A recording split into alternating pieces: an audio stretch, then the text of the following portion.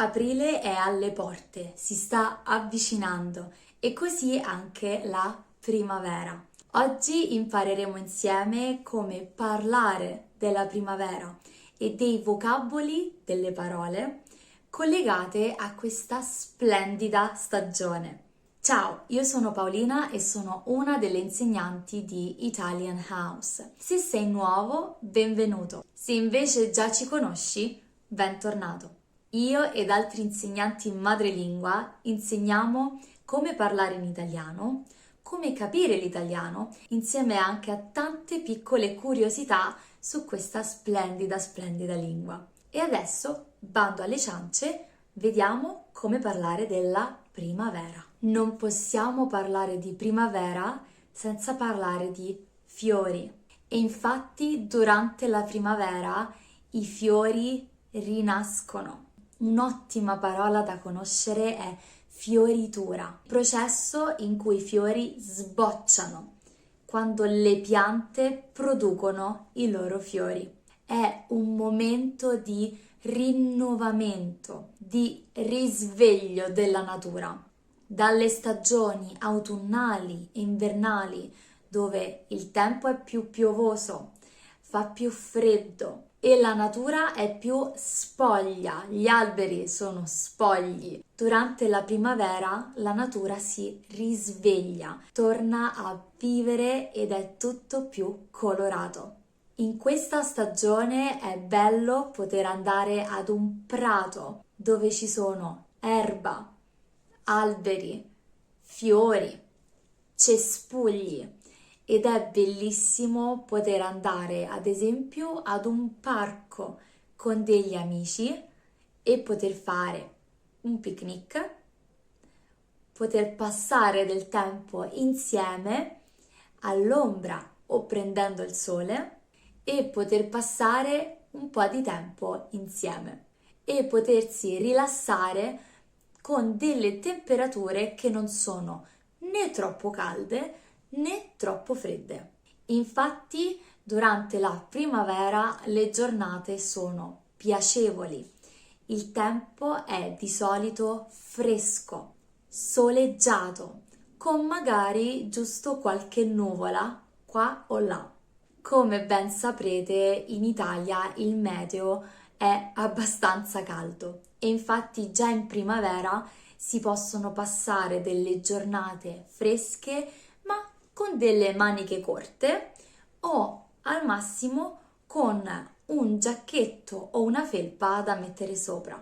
Non possiamo non parlare del polline. Il polline ne abbiamo parlato anche in un altro video. Durante il periodo della fioritura, durante il periodo in cui la natura si risveglia, anche il polline torna a girare nell'aria e molte persone, me inclusa, sono allergiche al polline.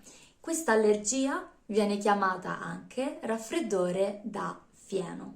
Quindi se si va al parco o anche semplicemente si va a scuola, al lavoro o a fare una passeggiata, l'importante è poter prendere un antistaminico. Colpa del polline possiamo starnutire, avere gli occhi che lacrimano e per questo motivo per alcuni la primavera non è proprio la stagione migliore.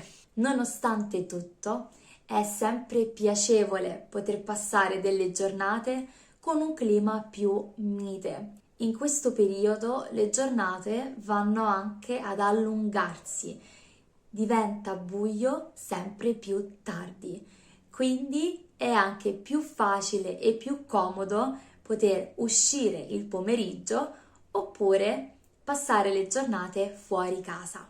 Non mancano però dei giorni di pioggia, quindi delle giornate in cui potrebbe piovere, c'è della nebbia o magari c'è un po' più di vento, delle giornate ventose. Infatti, durante la primavera è molto comodo vestirsi a strati, indossare dei vestiti più leggeri come una canottiera o appunto una maglietta a maniche corte e poi poter mettere sopra una felpa, un giacchetto, un giubbino anche, una giacca a vento e non è una brutta idea avere un ombrello appresso.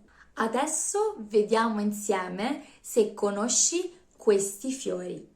Questa è una margherita. Margherita. E in Italia è anche un nome di persona.